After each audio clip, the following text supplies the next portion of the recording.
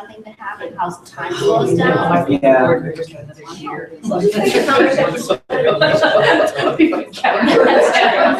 do need to actually have a break. That's the current thing to do.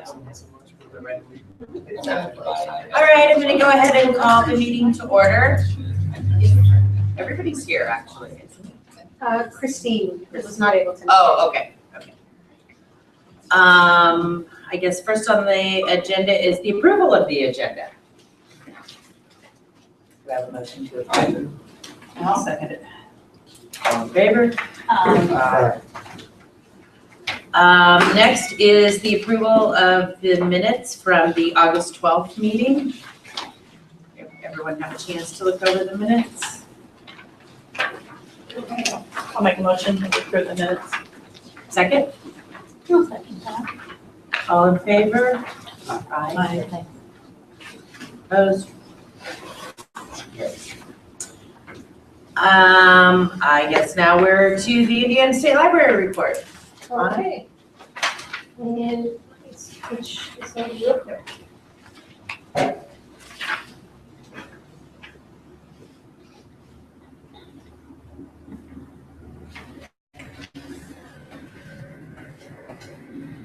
Okay, start with the upgrade. We are moving forward with the 2.7 in December. Things are moving along on schedule quite nicely. Quentin Edwards at Danville has agreed to provide the new icons for the icon project that will allow us to have better quality icons in the catalog to identify material types. I'm running behind in getting him the specs on that, but he's very generously agreed to contribute his time for that. I will also be talking to him about the possibility of making that available for other libraries that wish to use it. A new feature that came out of the Hackaway since we met last is beginning December, you will be able to delete your unused shelving locations. So I know that's something that I've been wishing for about 6 years now. So that was one of the things they sat down and really bashed away at during the Hackaway. We will not be backporting it to 2.5. So you will see this after Christmas, but it is coming. And I have set the training schedule. We're going to do 3 webinars again, like we did last time, 2 morning, 1 afternoon. And I have set them for the 12th, 15th, and 17th of December, respectively. They are on the statewide events calendar already. I have not announced them in the newsletter just yet. I will either do that this afternoon or next week.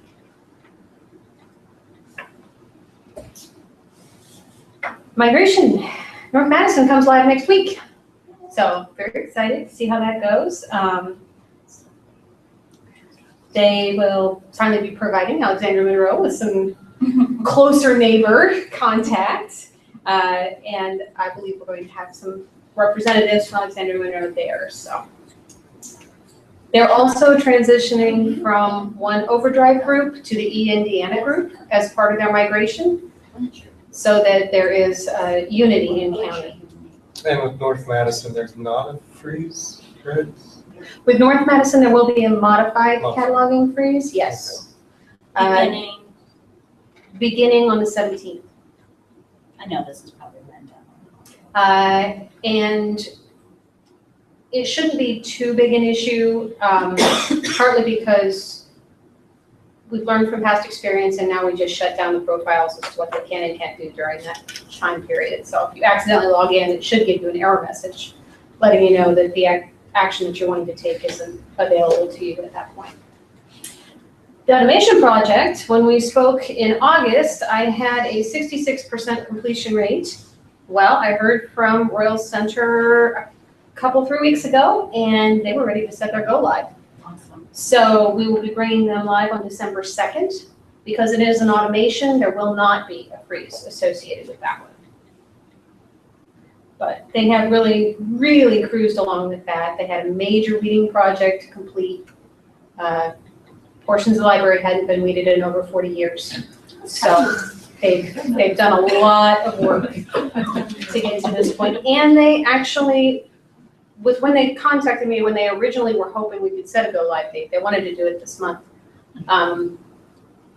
And November was a mess, so December is when it landed.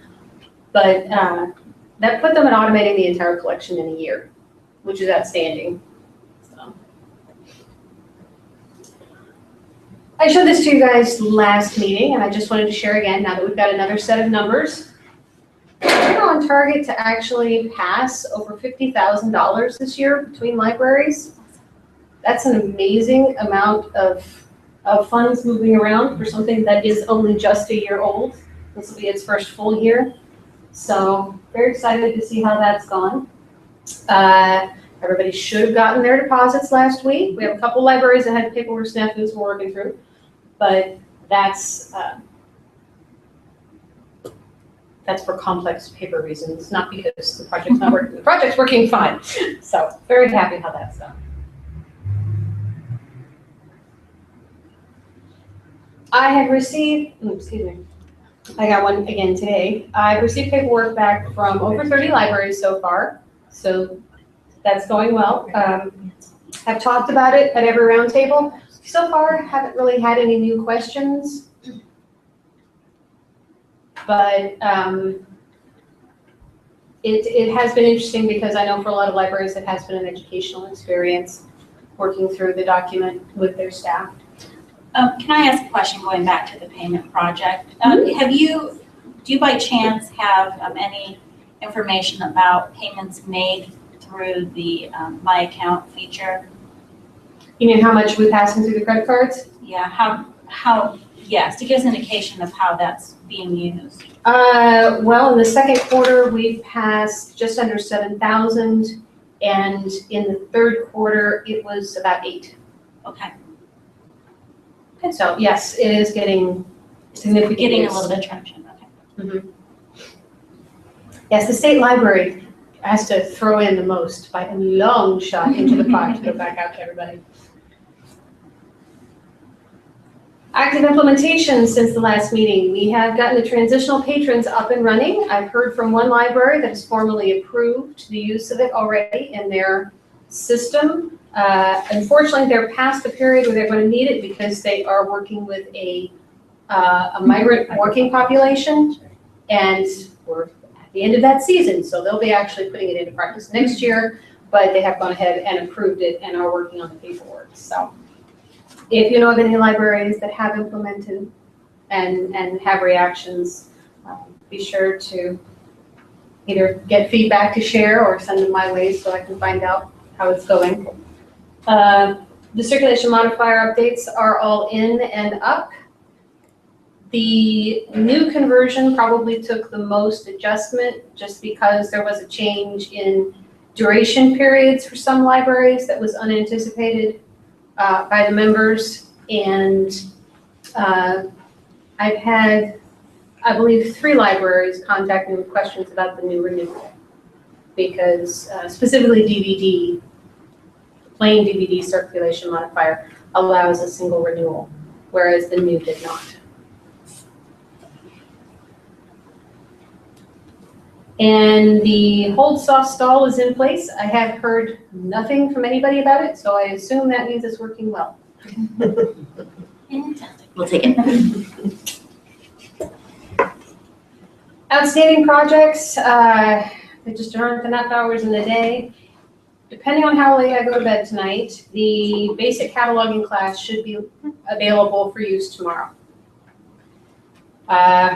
Needed to get it in so that there was at least a week of lead time because I have about a half dozen libraries that are wanting to do the basic training before everyone descends on Sarah's class at the end of the month.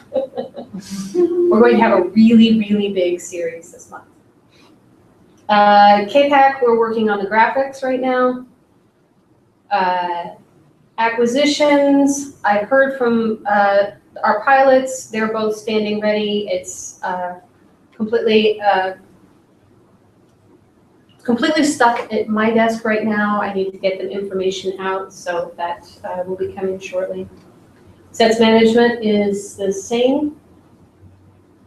And the circulation anonymization that you guys approved at the last meeting, Jason's working on it, but we're going to have to roll it out over several months because otherwise we're talking a truly massive amount of data that will completely wipe out access for everyone for a while. So he's setting up the batches on that. And that we should start seeing that come into play very shortly. Okay. Committee report. Thank you. Okay, I don't have a whole lot to report. We talked about several different sort of catalog question pieces. One thing was that's all stuff that without slides will probably just be but there's an issue with 508 with the 508 field in the mark display, which we decided to just stop displaying the piece that was confusing because the information is being displayed elsewhere. That change hasn't been implemented. All of this stuff I need to talk to Jason about, so I'm sorry to see he's not here. We also had an issue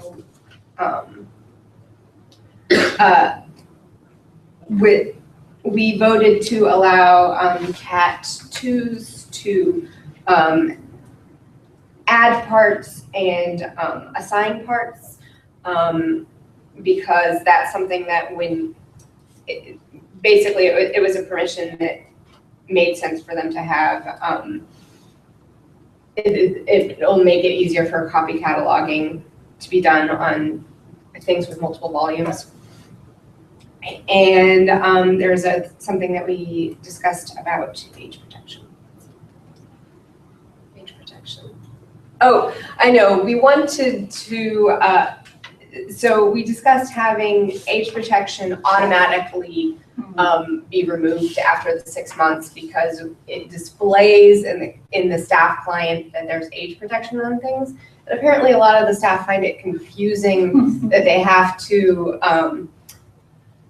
check the date against it, and they would like it to just say there's age protection or there's not age protection. So we said that sounds fine to us to do that, but there is also an issue with that in terms of when the age protection is actually activated. Currently, it's whenever you add the items, or at least it was currently as of the cataloging committee meeting, and it would probably be preferable if it was when the items actually start circulating. Sometimes there can be a significant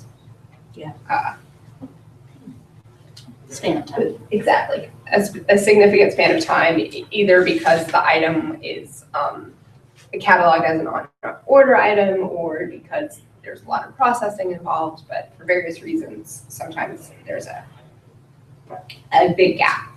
So ideally, it would be that both of these changes will go in at once, and I don't know if that's been implemented or not. So I think Jason's still looking at it because it is going to require some major changes to the OPAC to make that happen. okay, that's what I suspected. So those were basically the three main issues that we talked about. We are planning the fall roundtable at the beginning of November. It is about catalog cleanups. The summer roundtables, we actually were the RDA workshops, and those were really well attended, and that's all I got. When is that roundtable? I think it's November 6th. Okay, I thought I saw something like that.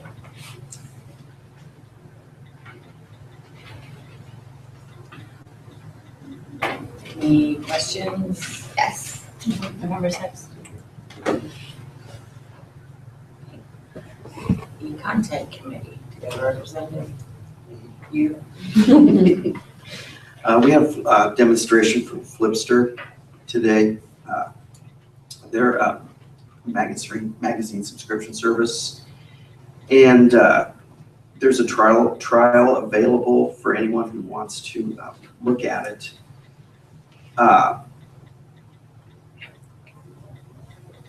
The demonstration was good. It looked really easy and everything, but once we started looking at pricing, it looked a little cost prohibitive as compared to other, like Zydio or other services. But it does it also offers, like, some magazines will have just 100 users and then that's it. You have to buy an extra copy, and some have 500 users and some are unlimited, but there are those restrictions as well.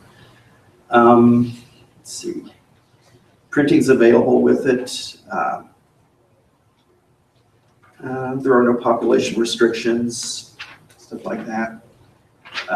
So I think Anna's going to do a little bit more research on that, or reach out to them again to see if, what was it? I will start out by just sending out an informational to the community, and depending on the response that I hear back, we'll talk about which model everyone wants to move forward with as far as actually subscribing. If there's significant interest, there may not be. I don't know until I ask everybody. I saw on Overdrive's Facebook page that they're gonna offer magazines now, but I haven't seen anything official. Does anyone? Yeah, know that anything? came up too, and they were talking about it at the last Digipalooza, and so I think. It was on their Facebook page a couple Uh-huh. of weeks ago, but Yeah. So I Something don't know. came out today Yeah. or yesterday, Yeah. one of the two. Beginning to It's- make noise. Yeah, it's to do with Barnes and Noble and. Yeah, only through Nook. That's the way it would. That's the way it would be right now. So would that mean Nook would be the only device you could As use? of, well, you can download Nook onto your Oh, okay. tablet or Okay. whatever. Like, There's an Okay. app, but Okay. a lot of people prefer the Kindles. It's just so much easier to Yeah. use. Yeah, And so we're hoping that at some point that they'll reach out to Amazon too, or Amazon will make an overture once they see that the Barnes and Noble's doing it. And one thing about Flipster that was different is there's no platform fee. Right. So like Zenio has a $2,000 fee every year, Flipster doesn't.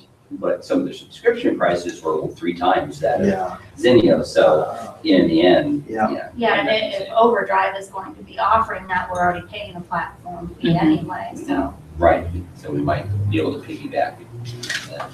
Well, they, Let's just notice that. yeah, the gentleman told us that the prices were comparable to the print subscriptions. Well, Mary did a little bit of research during the meeting and saw that, for example, Time Magazine. just Sure, for before you that- get any It was for like discounts. $1,100 for just, or was it Time? That was Consumer Consumer Reports. And it was Time was $400. $400, yeah, it was just outrageous. We thought, how's that comparable to the, If you pay full price for every magazine. yeah. for every. Yeah, that was basically- Newsstand price. So that's basically how it worked. He said, well, but you have like 100 seats here, so Yeah. 100 people can use this at the same time, And Mary's going, well, if you multiply the price of the magazine times 100, so but who needs 100 copies of Time magazine? Sure. So yeah, it was comparable in a way, but Well, it's comfortable for the numbers they want to get, but that's nice. But there were some that were, she Right. was able to pull the numbers with their current Sure. service, and they were more cost effective. And Reasonable, yeah, some materials that currently aren't available from anyone else. right. I could see if you wanted to get just a certain set of magazines and you didn't want to pay that platform fee, Mhm. it could be a useful tool. It might be just right if for some reason you needed a certain collection. But beyond that, I don't know. You'd have to do all the math on it. Yeah, and just see what magazines you want and see if it'll be worth your while. And also, Anna reported that Pronunciator has 15 member libraries, belongs to it now. Did Mary say, or who said that, not Mary, but that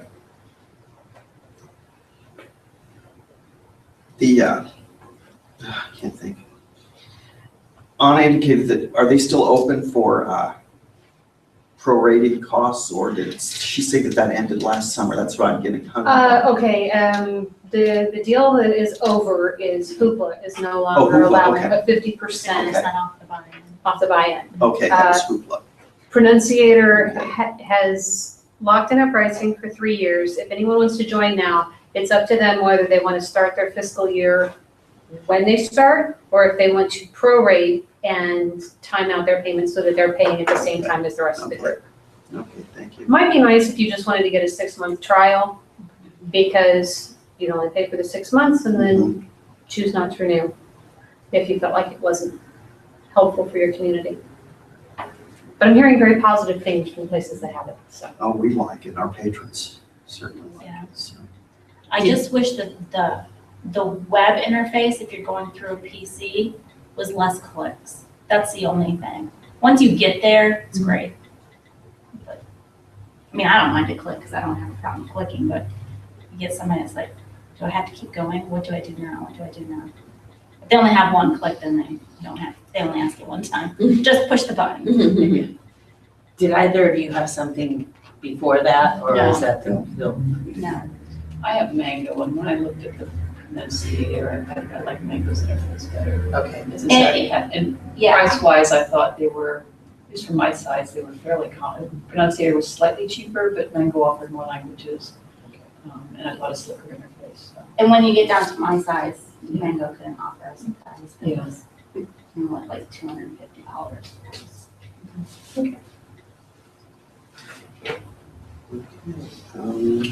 Anna said she'd be looking at the credit balances next week, but it looked as though everyone's spending their money quite enthusiastically. So we shouldn't have much trouble in getting people to spend their balances by the time they're supposed to. Oh, and she hasn't heard anything from Ancestry yet. She's still waiting. They're not. She's been in touch Trying. with them, but they're not responding. So.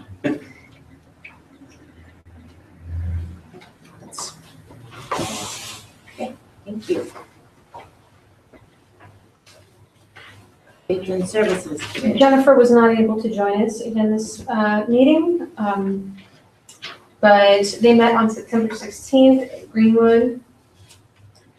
It was a very busy meeting. Some of you may have seen we were able to stream it, so that's out there.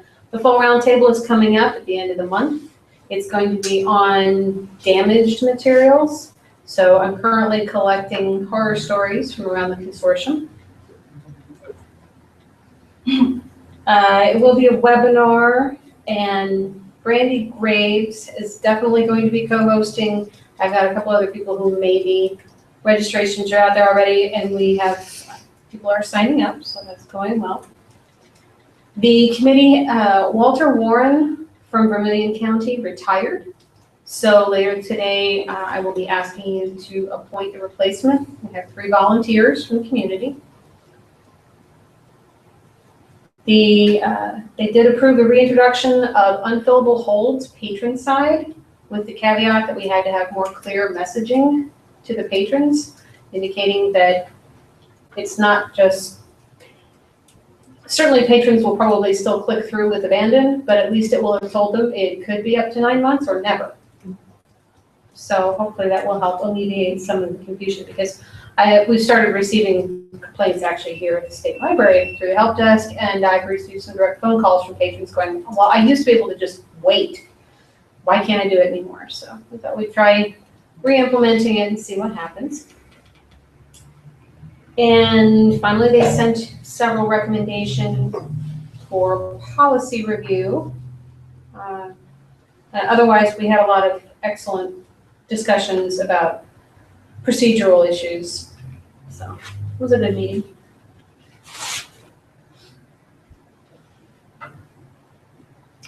Okay, thank you.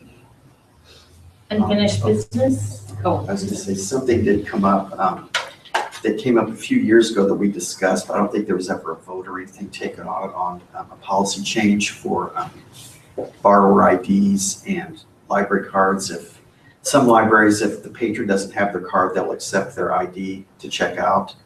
And some libraries won't, and it's Evergreen's policy that you have to have your card. And I think it's kind of left up, maybe some libraries, if they decide, they will do that for their patrons, then they'll accept the ID and others won't.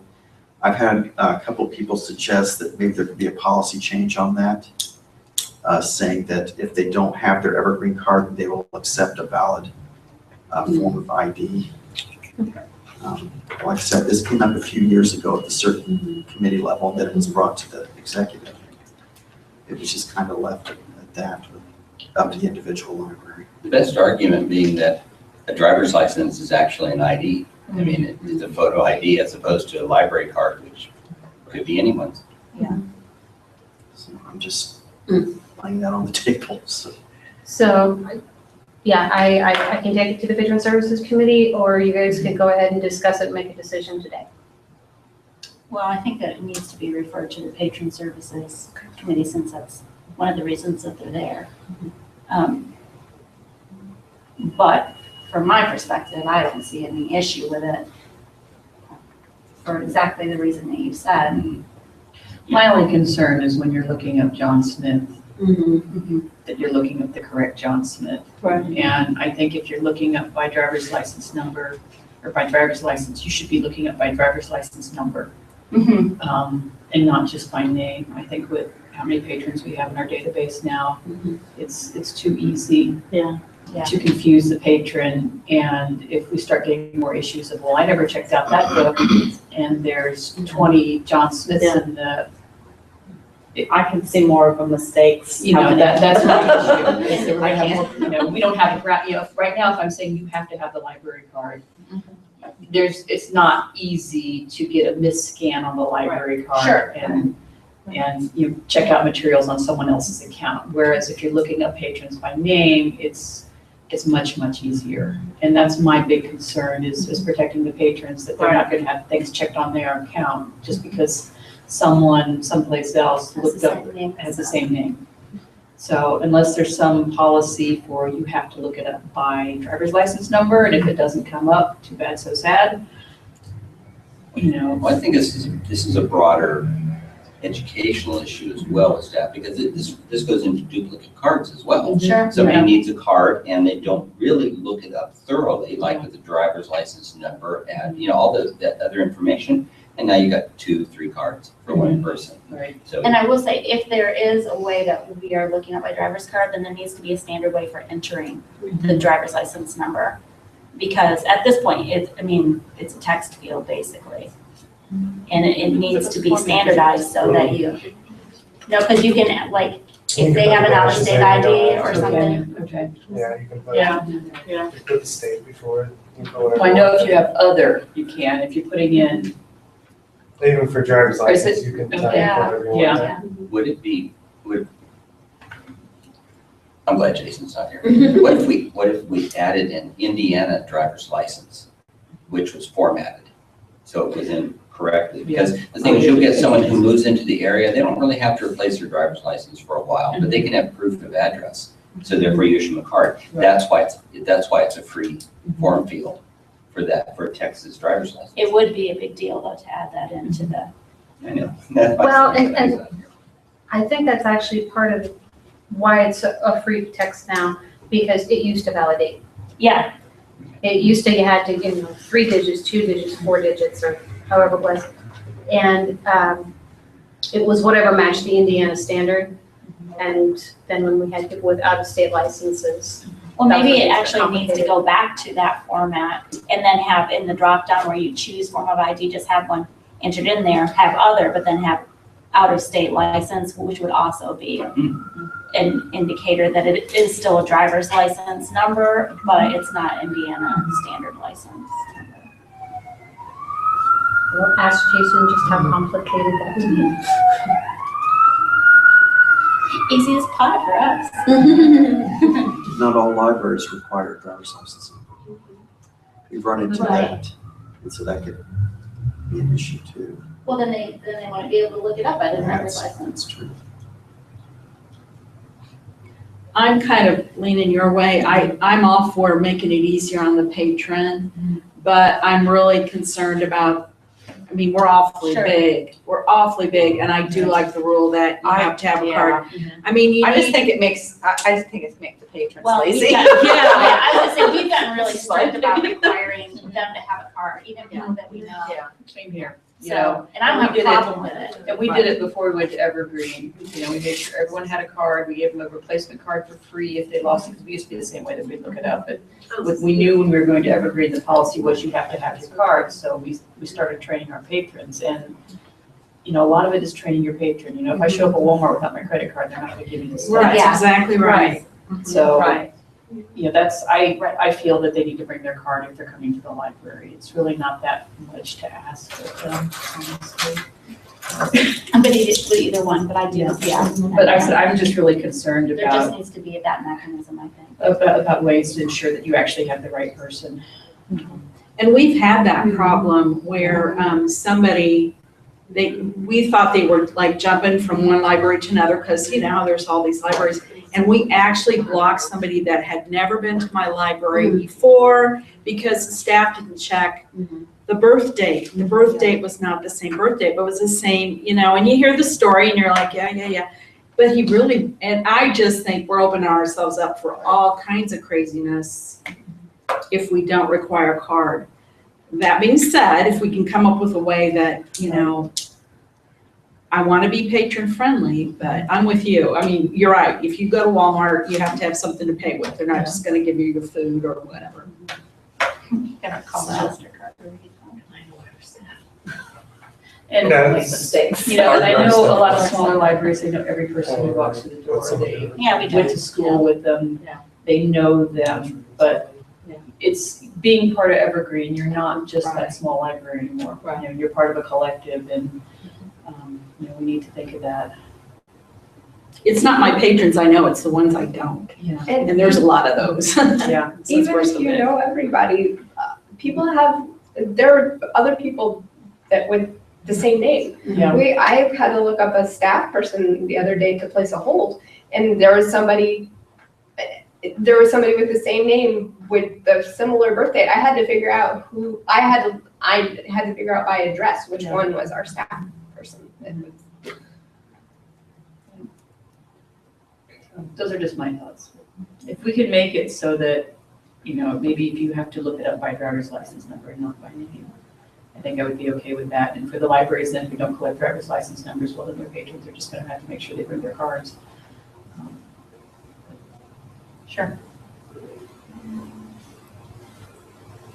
Is it that big of an issue? I'm just at, I mean, has Well, it been a big deal? I know at our library, like Krista said, we know most of our patrons. And if someone comes in and they're from another Evergreen library, we're not gonna do that. You know, we're gonna ask for the ID, and we're gonna ask for the library card, maybe, you know, but for Are our we local discriminating patrons, then if it's like? well, probably. Suspicious. I'm thinking of, you know, like, we have a lady who comes in, Ruth Rutherford, she's almost 90, and she left her purse in the car. I wasn't gonna make a 90-year-old lady walk back out to her car to get her car, but she had her little pocket, she had her little driver's license in the plastic.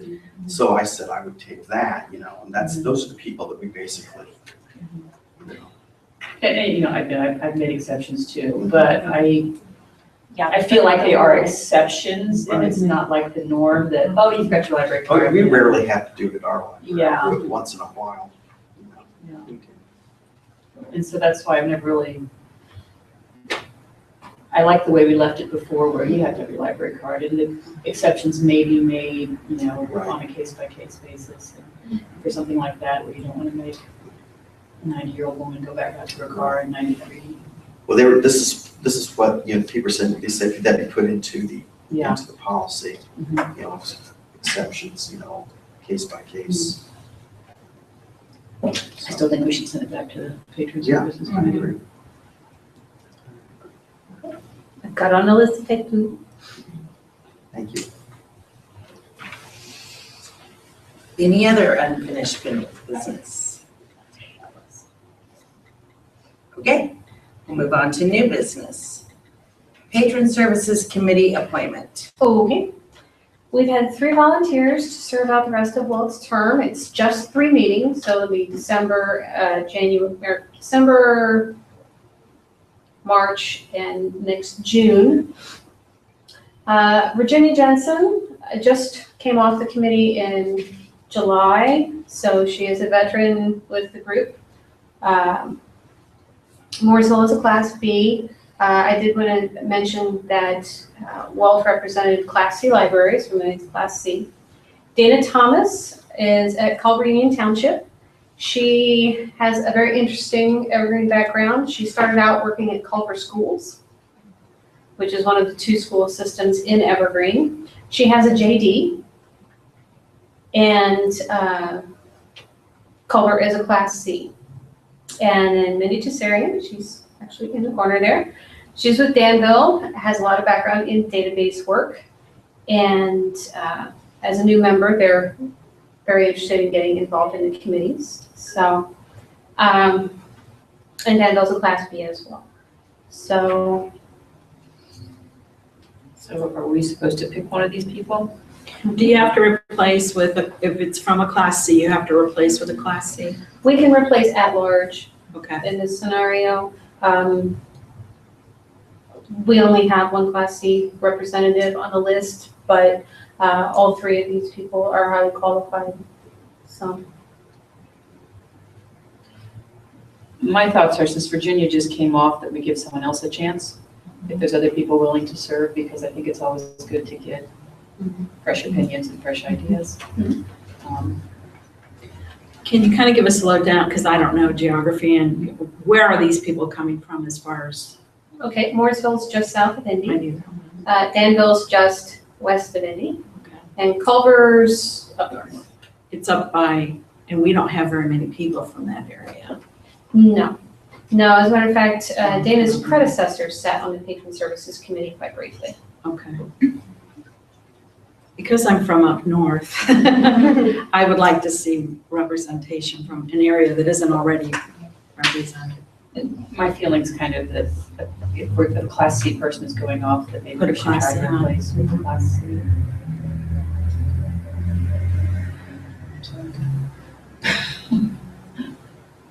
And we do have elections coming up again very shortly, so. Sure. Yeah. And I will be reaching out for volunteers again, and probably will tap anyone that we don't select at this point for consideration. I also think with Dana having a JD, it might bring an interesting perspective to some of our policies. My question is, if it's only for 3 more meetings, then that position will open up again. Yes. So would it be better to wait until the full election for her? Because, I mean, she may not be then elected onto that. Well, that's. I mean, she's in that anyway, Yeah. but yeah. Yeah. I mean, at least she'd be there for 3. Would she be eligible to? To run again? Yes. Okay.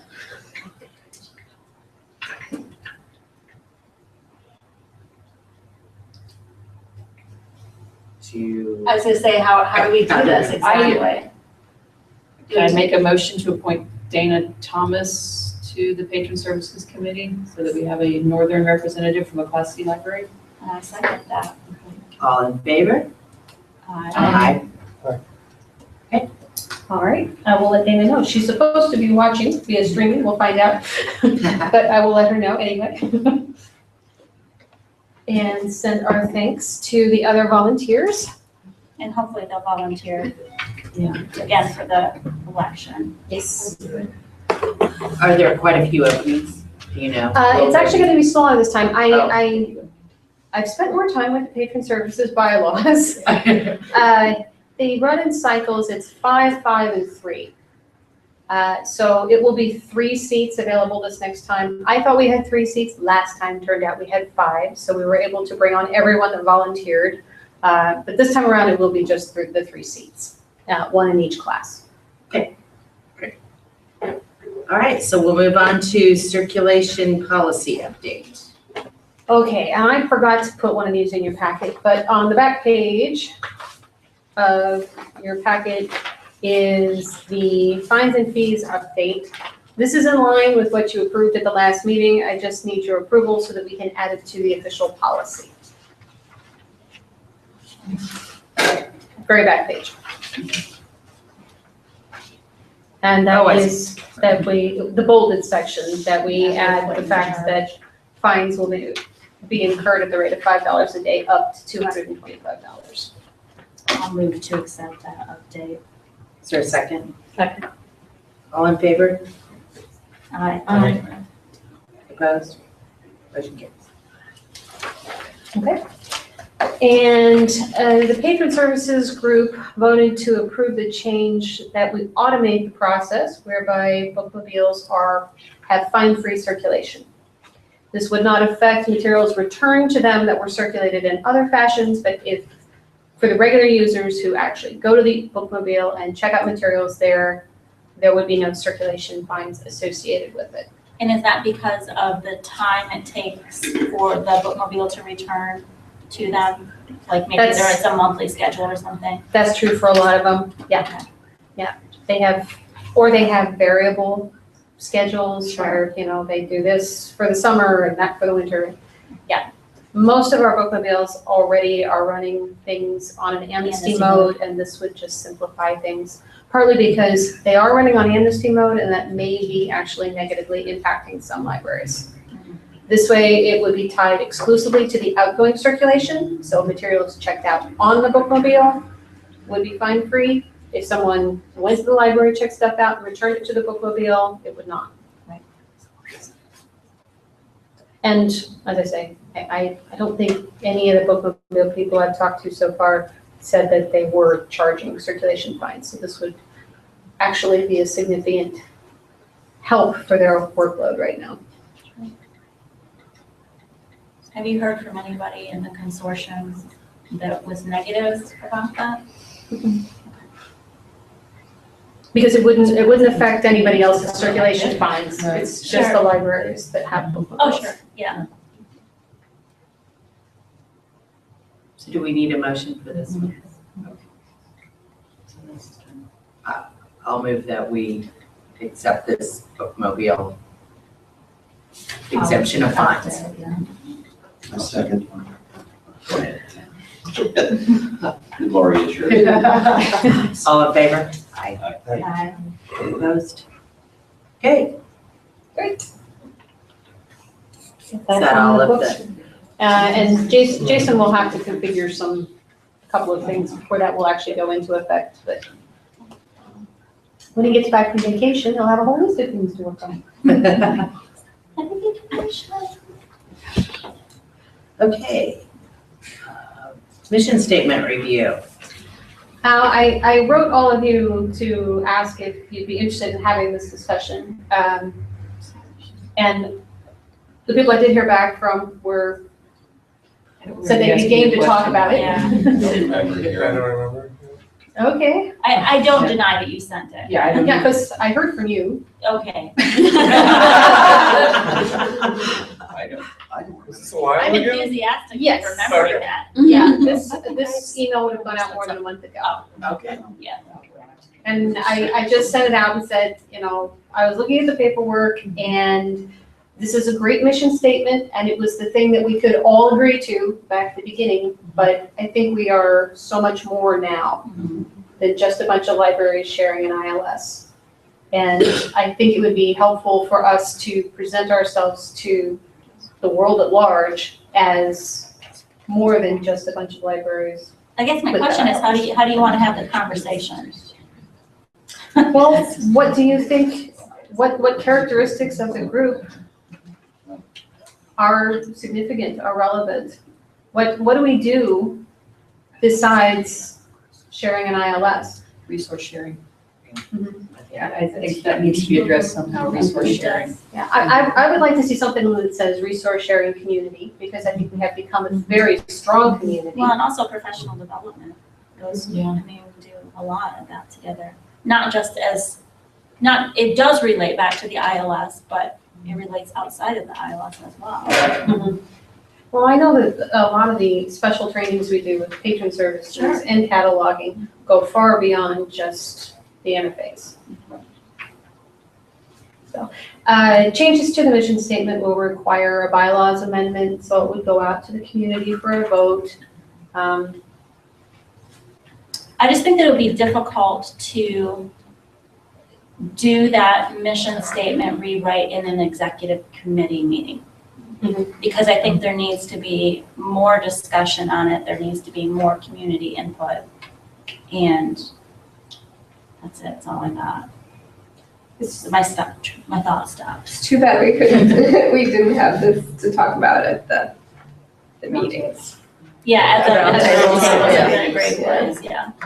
Well, if I thought of it before the last DC meeting, we could have done that. Well, and maybe it doesn't need to be done in such a quick fashion that it could be something that we talk about either at the annual conference or the next round of roundtable meetings.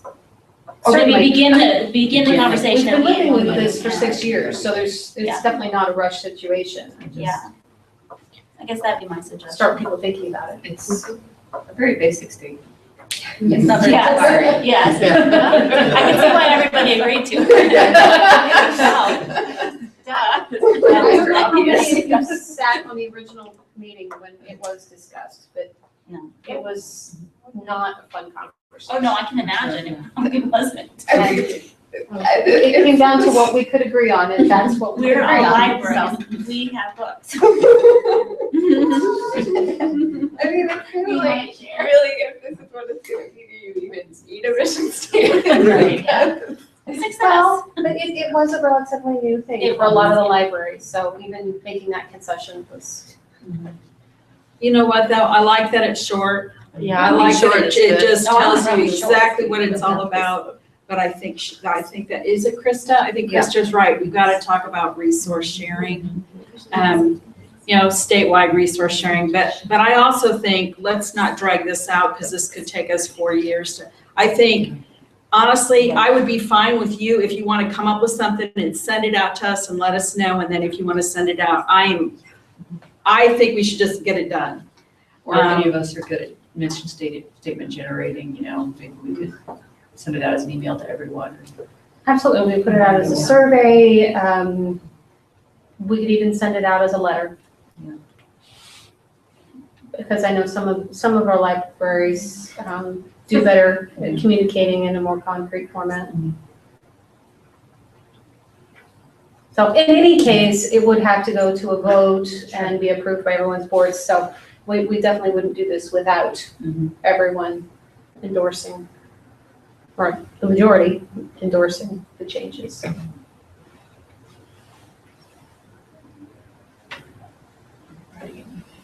Does anybody have specific talent in mission statement writing? Yeah, she's right, send that. We both all are. Yeah, we're both over here, we so just you're written- writing it, so you know. Okay, so- Oh, great. Community keeps popping up in mind. Okay, well, as I said, in the email and, Can you just do a real quick steering committee with those two on it? And they can come up, you know what I mean? Because I agree, but I think that we also need to have the input of the Right. entire community and not just us sitting around Right. making the Yeah. decisions, so. But I also think it might not be a bad thing to have a jumping off point. Sure. Yeah, That's because if probably we the just difficulty say, right now. hey, what do you think our mission should be? There's just gonna be crickets. I mean, it's. Right, yeah. Everything and nothing. Yeah. Yeah. But if we kind of present, like, what do you think of this as a Yeah. mission statement? I do think we need to be careful not to overstep our bounds for our own sake, And, well, I can see in this- which goes back to what the Mary said, current make it short statement and is, sweet. well, the current statement, this is what it is. It is what it is. And I Oh, mean, it's yeah, it exactly is. what it Yeah. is. And I don't know, when I'm thinking of a mission statement, I'm thinking all the It things is a that steering can be. document, yeah. I mean, it's all the things that can be, Yeah. all the possibilities, that we're a community, that we're, resource sharing, that, Yeah. those are the buzzwords that keep coming through my head. And so, I just don't want people, I don't want people from IMCPL and EDPL looking at it and saying, well, that's all the more reason for me not to be part of that. I mean, not that they dictate what we do anyway, but I can see them saying, wow, that's nice, we don't want any part of that. Depending on what was in Yeah. it, of course. and I could also see, there is a paranoia among libraries that the man is gonna We're tell them trying what to to eat do. them, yeah. Yeah, that we're gonna tell them what to do. So I think we also need to emphasize in our mission statement that we're a community of independent libraries. Emphasizing that independence, that yes, we come together, but we're also independent. And that's why all these things are running through my head, so. Stop the voices. So is that what we want to do a steering committee of these two and you guys come up with I was something? gonna say, I move that we make Krista the ad hoc Right. steering committee for revision. A committee of one. As long as you're my co-chair there, This is already Gary. better than mine. so It was it, yeah, okay. it's good. Well, I was kind of thinking too, you guys will love me for this, but if you had like 3 or something, maybe similar that people could choose from. I know Yeah. people like choices. But I really, I mean, I understand what you're saying, Chair, but I just think this can be so much easier than making it drag out for a longer Sure, period of time. you know, we could even say, this is the current one, you know, your choices are, do we just keep it like it is? Do we have choice B, choice C? Exactly. Can you suggest us another wording for choice D? You know, what don't you like? You know, do you not want to be called a community of libraries? Do you want to emphasize our independence? Do you want to emphasize our resource sharing, you know, whatever? So do you want to come up with three? I can. if I you're would, I willing, think, yes, I yeah. really would be willing to partner that. Carrie and I will work on something, yeah. Do we have to have any action for that, or is that okay to just say they're doing it? I don't think we have to. I think at this point, we're okay to just say they're doing it and then they come back. Yeah. You'll get to have I'll a say Thank you, that. by the committee way. meeting, Yeah. committee report at the next one. Okay. Be kind of fun to roll out at the next annual conference. Yeah, now let's get something controversial, come on. So are we done with that portion? Any more discussion? No. Okay, regional roundtables. Outcomes so far. I'm gonna let this run. We've met 4 times so far. Over 115 staff representing 54 libraries. So that is tremendous for a beginning process. That's truly amazing, and I have received nothing but positive feedback from libraries that have participated. As a matter of fact, I've gotten follow-ups with, well, and the more I thought about it, the more I think we should, X, Y, Z. So it's definitely building both community and enthusiasm for us moving forward. Our final meeting is next Wednesday at Lagodi. Committees have done a great job of showing up and representing. The members have shown up and done a great job of representing the committees. Where is Lagodi?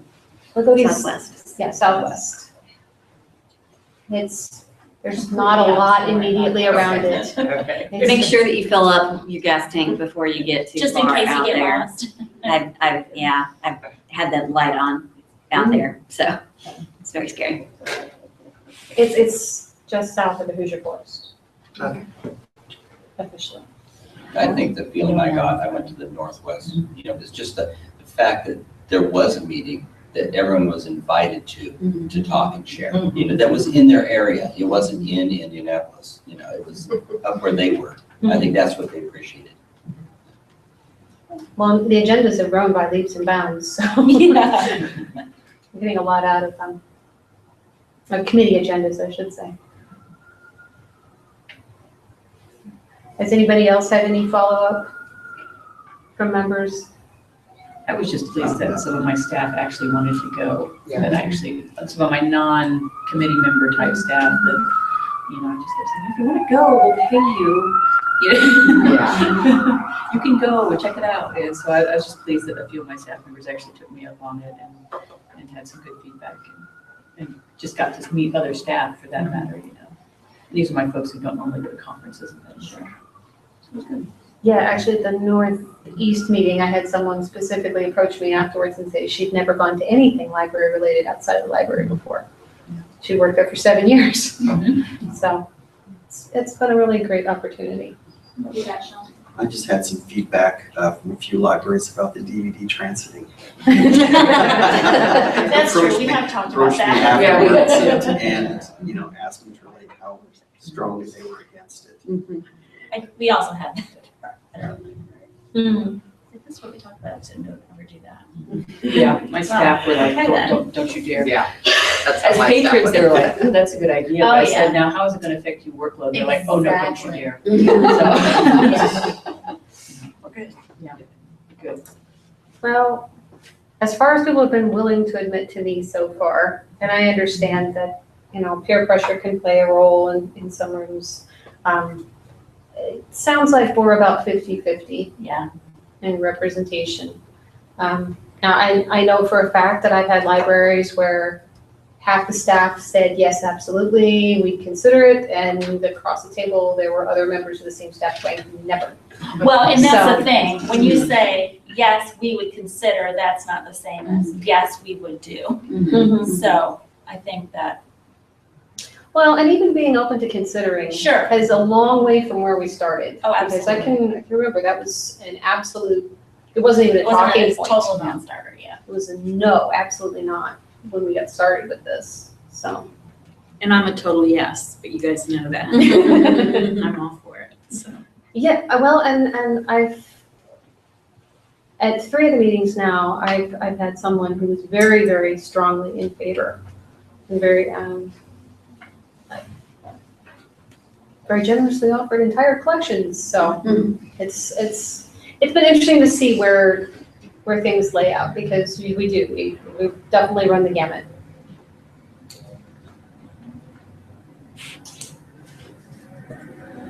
Right. Registered sex offenders. Okay, I will actually jump forward to that. I received this as a query actually this morning.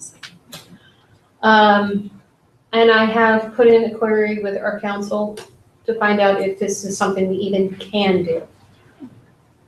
But I wanted an opinion from you guys whether I should take this to the patron services group or not. Do we want to capture registered sex offender information on our patron records? I don't think, until we hear back, I don't think we can even weigh in, because I also question whether that's legal or I not. don't think it's legal. I wouldn't think it would be. I mean, they're not prohibited from coming into the library. Right. Yeah. So my staff religiously reads the sex offender registry and knows every single one in a 5-mile radius. So So we, we already know. I used to do that when my kids Have were some going free to time. school. Let's look at the sex offender registry. Wanted to You know know, we who they already were have dating. policies in place that say, you know, the children's department is for children or we parents look and at it. children. Right. And, you know, you can't use the computers down there if you're an adult, you know, you need to move along kind of thing, so. Yeah. Yeah, That's a real touchy subject. yeah, Mhm. yeah, those people have rights too. And as long as they're not violating any library policies, I don't care. You don't care as a librarian. As a librarian, yeah. Yeah, registered sex offenders are very It's broad. very broad, and that's the It is. thing, we don't have the information to be that general. It could have nothing to do with children. Yeah, Absolutely. or nothing to do with a violent crime. Yeah. So But I don't even think we can really give a recommendation until, I mean, somebody obviously is interested in that because they referred it to you, but until there is some kind of guidance from Sylvia, I don't know that we can even give a recommendation. Okay. All right. We'll see what Sylvia says. Okay, and. Did I skip some? No, I forgot to put it on the, Oh. it's actually one of the outcomes of the regional roundtables. Oh. And that was, we had a request for customized library cards. And what the discussion ended up revolving around was having a standardized design that had an element that could be customized for libraries. Where you could put your library logo or some such. To move forward with that, we will have to have an entirely new contract. Don't do it then. But if it's something that we want to keep in mind for the future, you know, we would need to define exactly what the specs we will be. So the wanting to move contract forward then, with. I'm assuming with Creative says that they will be the sole provider to the consortium? No. I mean, is there anything that could keep me from going to my library card, Yeah, by and say, this is what I currently have, but I want it to look like this on the front and yet have my logo on the back? I mean, and I could go out and buy them myself, or is there any kind Yeah, of so why does that copyright? require a new contract? If we wanted to make them widely available. Oh, no, I would, see, my question was if my library only said, I want to do something customized for my library, use a standardized Evergreen thing to brand it as Evergreen, Mhm. or whatever, whether it's the logo or the statement on the back, or, well, it'd be more than the statement on the back, but on our own, rather than doing it as a consortium. That was my question. I almost think though, as a consortium, we should set some guidelines on what they can and can't customize. Absolutely, that, If and you're that was part of where I was Evergreen, going. this side of the card has to look the same and you have to have the wording, but beyond that, it's up to you. I don't know. Yeah, absolutely, there should be standards, but it wasn't, my question was not about doing it as a consortium, it's about doing it as an individual library. So, I can kind of see where she's coming from. If one library finds out that, hey, they can do this, it's just gonna kind of snowball more and more. right, and it definitely could. But They're gonna be jealous of the cool kid with the different in cards. reference to my question though, I don't understand why at that point it would require a new contract. Well, we couldn't as a group use the existing contract, move forward. Sure, So there would have to be a new contract. but Whether you like do I it said, all I'm not on your asking own, as a group, I'm asking. Well, yeah, I think what Ruth is saying, again, if me as Morgan County said, we want to change this just a little bit, and I just went out on my own. Not that I'm asking the state library, okay, it's time for new cards, and I want you to put my logo on the back. Right, that's not what I'm asking at all. Okay. I would not. Yeah. It would be, hey, I saw something cool, we're gonna put the logo Evergreen, Indiana on the front. Yeah. So that people know that they can use it, and we're gonna train our patrons, but it's gonna look like it's from Hagerstown. Yeah, Then we would pay 3 times the amount, right. but still, it wouldn't. But then if Hussey Mayfield wanted to do the same thing, it would be on them to do it, not on the state library to do that. But that does open kind of an interesting question that like, so if you do it and everybody's like, oh man, that's cool, I want that. So then, but then like all these people are leaving and so it doesn't. It undermines it does. Contract because it's for less cost. Well, and my other concern too is if your patron shows up at my library, How are you gonna know? how am I going to know if it's really an Right, and that's why there Evergreen needs card? to be standard Yeah. Evergreen Yeah, branding on it, for Right. sure. and whether or not, we need to stick, like, you can't say, well, I'm gonna make them purple, because we need to have, I think too, though, it's green and blue. isn't it, yeah, are they copyrighted? I know that the Evergreen ILS logo is copyrighted, as in you can't change the color of it without getting permission. The logo is trademarked. Our logo is Okay. trademarked. And I have the specific colors, Right. the hexes, well, not hexes, what is it? The CMYK codes. How many people have asked about this? 1, 2, 3. Okay, see, 1 out of 107. And I'm asking you guys, I mean, I guess for me, If you tell me no, I'm What's not gonna hurt my feelings. do they get, I mean, it's not like you're gonna grow your membership because you have a different kind of looking card, you know what I mean? So I'm trying to understand the reason for wanting a special design. It'd be pretty. How about if we just get you some stickers? Well. The stickers. I think that's my actual No, it's just suggestion. something that I thought of. I mean, Yeah. there are libraries that have very distinct looking cards. Yeah. I mean, think about the Pittsburgh Public Library, the Carnegie Library in Pittsburgh. I mean, their card is their brand at this point. Yeah. Well, so if we, Right, yeah. as a library system, wanted to do something like that, because we're like the Carnegie Library in Pittsburgh, but whatever. I mean, at this point, we can brand as an Evergreen library, but not as our own individual library. On your card, yeah. Sure. But again, I think my big concern is when your cool card comes to my library and my staff goes, well, no, you have to be an Evergreen library. And your friend's gonna be like, no, I really, Right. I mean, it really have to be like your logo has to go. Absolutely, Yeah. and I think, in my thinking is that Evergreen Indiana that's on there like that needs to be on whatever card it is. Whether it has the green bars or whatever along the top. I mean, that whole logo needs Just to be in there. small print, we'll just put the name of your library on that. Well, I it don't already even is. know. I don't even have like a prototype Yeah. design in mind or anything. Because it already has the individual librarians. Just one option. Okay. You can have stickers. Stickers it is. I used to have a really nice, like, Tyvek sleeve. that Well, and I have said thought about sleeves that as you well, could do so. whatever you wanted to run on.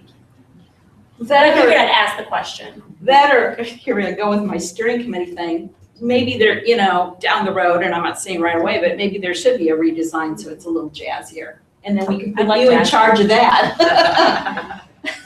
Sure, Ruth, you'd love I that. personally am lazy and I just like that it's always the same and I can point, because it's the green card. and your Most people wallet. Exactly. Most people Yeah. prefer that. And it doesn't help that before we went to Evergreen, we used to have, well, years ago, we used to have yellow cards and we couldn't get the yellow cards Oh, anymore. that's what you need. And then we went to these white cards with burgundy Yeah. print, and then we only had those for a couple of years, and then we went to Evergreen, so. I So think those there's actually so were many- jazzy. Yes, these actually were jazzier, and just the fact that we had 3 different library cards in the space of 10 years. Yeah. Yeah, I'm perfectly happy. I think we went from paper to evergreen. Yeah, the other thing is we would need to have a minimum, quality standard. Oh, sure. So, because I know those vary tremendously. I've actually had other outside libraries contact me to find out where we get our cards because ours hold up so well. They're nice. They really are. Tell them it's an Evergreen secret, they have to join Evergreen. We're open source, but only so far. Yeah. Only the source. And you can find your way through the legalese, it's over here in the PDF. Okay. Well, we will continue discussing options there Okay. for That's cool. local branding with, alongside Evergreen.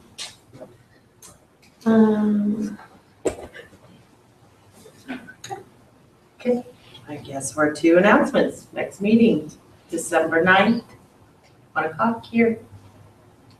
And does anybody have anything else they would like to I have a question if discuss? there's going to be any Evergreen presentations at ILF. I will be presenting. Okay.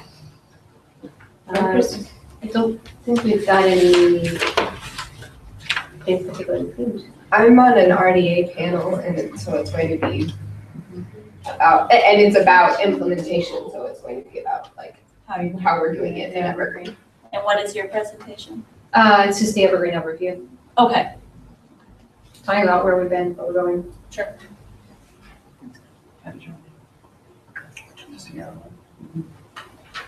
Lots of things. Green and blue cards. Really nasty cards. They're jazzy. Jazzy. Green. I have no complaints about that. It was just something that rolled through my mind. I'm like, well, I Could don't you know. get that down in the thing? She has no complaint. You get some, you know, the ones that scrap the bean. And I was gonna say, we'll have decorate your card. Scalp the edges. Oh, gosh, Get the that sounds sleeves and terrible. you could bedazzle them. We are gonna be dazzle library cards. That is happening. Then I'll figure out how they can actually put them in the wall. Okay, so I have a motion for adjournment then, I guess. Oh, gosh, I moved. All right, second? No. All right, we're adjourned. Thank you.